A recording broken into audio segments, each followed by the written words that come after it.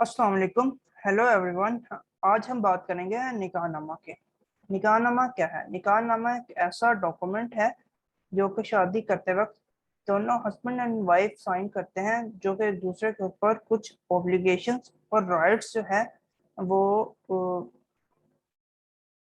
एक इम्प्लीमेंट करता है कि इसके तहत जो हस्बैंड और वाइफ है उनके एक दूसरे के ऊपर कुछ राइट्स हैं और कुछ ऑब्लिगेशंस हैं। निकाहनामा अगर हम आपको निकाहनामा की शेप दिखाएं तो निकाहनामा किस तरह का होता है, ये दूसरी साइड पे निकाहनामा इस तरह का होता है। इसके ऊपर आपके वालिद का नाम आएगा, आपका नाम आएगा, तहसील, यूनियन काउंसिल, इस तरह की सारी डिटेल होगी। आपकी पर्सनल डिटेल होगी कि आपकी डेट ऑफ बर्थ क्या है, एज क्या है। उसके अलावा जहाँ पे आप रहते हैं, आपके जो आपकी साइड से जो विटनेस होंगे उनके नाम होंगे, दूल्हे की साइड से जो विटनेस होंगे उसके नाम होंगे, दुल्हन की साइड से, दोनों साइडों से। और उसके अलावा इसके अंदर दूसरी डिटेल होगी मेहर वगैरह की, और वो हम आगे आपको बताएंगे। अब अगर बात करें तो निकाहनामा की सबसे जो इम्पोर्टेंट जो है कि आप देख रहे होंगे क्लॉजेस जो है वो 13 से लेके 22 तक है। ये आप देखेंगे इसके अंदर ये जो साइड पे नंबर लगाए हुए हैं ये वाले, ये 1 2 3 4, ये सारी इसकी क्लासेस हैं जो जिसको हम सेक्शन भी बोल सकते हैं। ठीक है, ये बहुत जरूरी होती हैं इनको फिल करना। काफी सारे निकाहनामों के अंदर ये वाला जो हिस्सा है, ये वाला, इसको वैसे ही काट दिया जाता है, या ज्यादातर तक पर अगर काट दिया जाता है तो उसमें दुल्हन की जो रजामंदी है वो शामिल नहीं होती है, या उसे इसके बारे में पूछा ही नहीं जाता, या उनको पता ही नहीं होता है। तो अब निकाहनामा के अंदर जो क्लासेस हैं ये वाली 13 से लेके 22 तक, ये बहुत ज्यादा इम्पोर्टेंट है। और ये किस वजह से इम्पोर्टेंट है ये अब आप आगे जाकर देखेंगे। तो निकाहनामा की जो क्लास नंबर 13 है, इसके अंदर जो, जैसे कि इसका टाइटल है अमाउंट ऑफ टोवर, हक महर की रकम। इसके अंदर होता है कि आप हक महर में कितनी रकम दे रहे हैं। हस्बैंड जो है वो हक महर में वाइफ को कितनी रकम देगा। ये रकम वाइफ जो है अपनी मर्जी से भी लिख सकती है, या घर वालों की मर्जी से। वैसे तो ज्यादातर यही होता है कि ये वाली जो सारी चीजें होती हैं ये शादी होने से पहले पहले आपस में तय कर ली जाती हैं। उस दिन सिर्फ और सिर्फ अमाउंट ही लिखी जाती हैं ताकि कोई वहां पर मसला मसाइल ना हो। अगर हम बात करें तो क्लास नंबर 14 में अमाउंट ऑफ डोवर कितनी, इसमें ये बताया गया है कि अमाउंट ऑफ डोवर कितनी है, मुअज्जल है या गैर मुअज्जल है। अब महर दो तरह का होता है, एक होता है कि जो शादी होने से फौरन बाद ही उसी टाइम दुल्हन को अदा किया जाता है। एक होता है गैर मुअज्जल, जो होता है वो होता है जब शोहर फोत हो जाए या फिर वो खुद तलाक दे दे तो वो एज अ सिक्योरिटी रखा जाता है। वो वाइफ को उस टाइम देना पड़ता है उसको। काफी सारे जो, ये एक्चुअली एक इस तरह भी समझ लें कि गैर मुअज्जल जो होता है वो ज्यादातर लोग काफी ज्यादा रखवाते हैं, जो कि शादी के बाद बाद जो है वो पे करना होता है। वो इस वजह से ज्यादा रखते हैं क्योंकि ये शोहर को, लाइक शोहर के जो डाइवोर्स का राइट होता है वो बहुत एब्सोल्यूट होता है। तो मतलब वो किसी भी टाइम आपको तलाक दे सकता है। तो वो इसके ऊपर चेक एंड बैलेंस होता है कि अगर वो तलाक देगा तो उसको तलाक देने के बाद इतनी सारी रकम इकट्ठी एक साथ अदा करनी पड़ेगी। तो वो इस वजह से तलाक देने से कतराता है।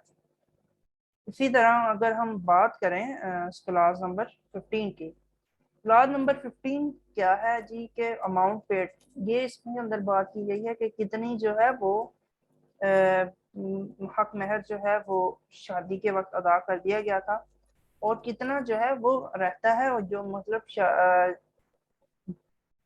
एक महीने के बाद या कुछ टाइम पीरियड के बाद अदा किया जाएगा, या फिर हस्बैंड की डेथ होने की सूरत में, या फिर तलाक होने की सूरत में मियाँ बीवी की उस टाइम अदा किया जाएगा।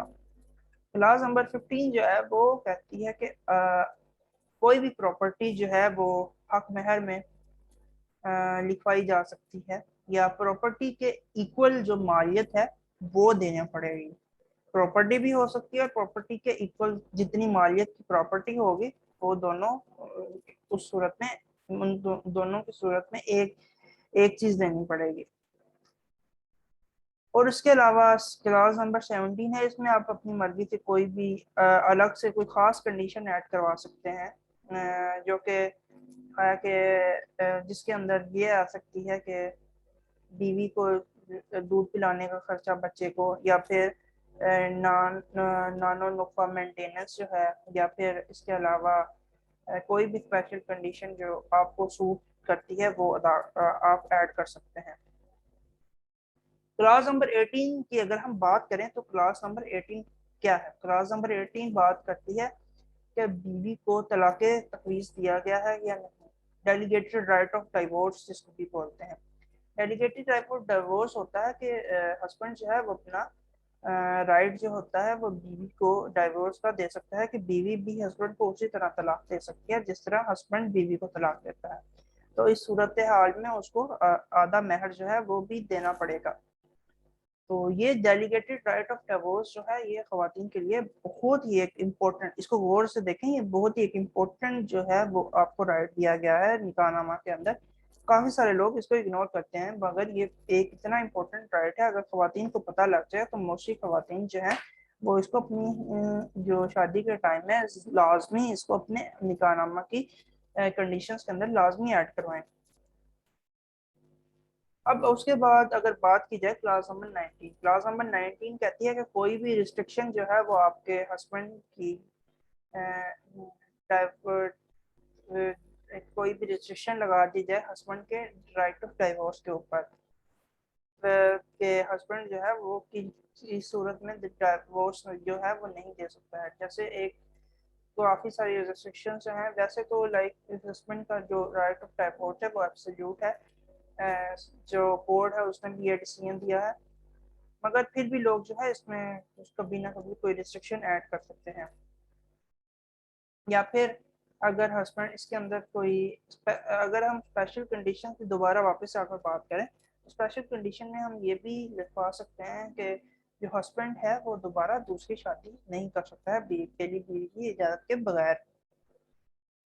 और अब वापस आते हैं क्लास नंबर 20 के ऊपर।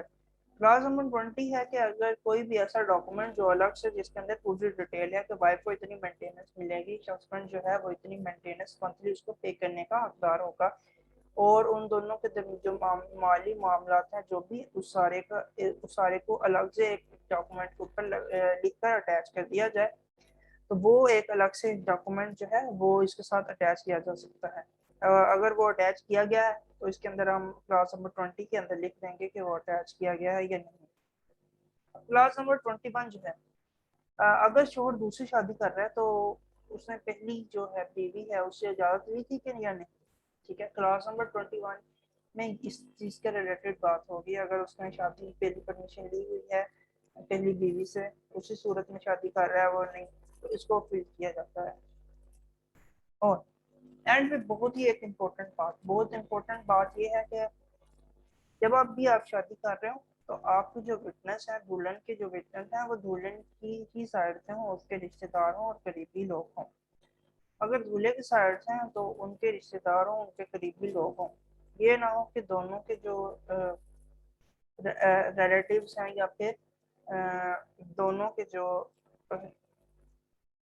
गवाह हैं वो आपस में मिक्स ना हो, कोई रैंडम लोग ना हो, आपस में जानने वाले कोई दोस्त हों, दोस्त अहबाब रिश्तेदार, इन लोगों में से कोई हो।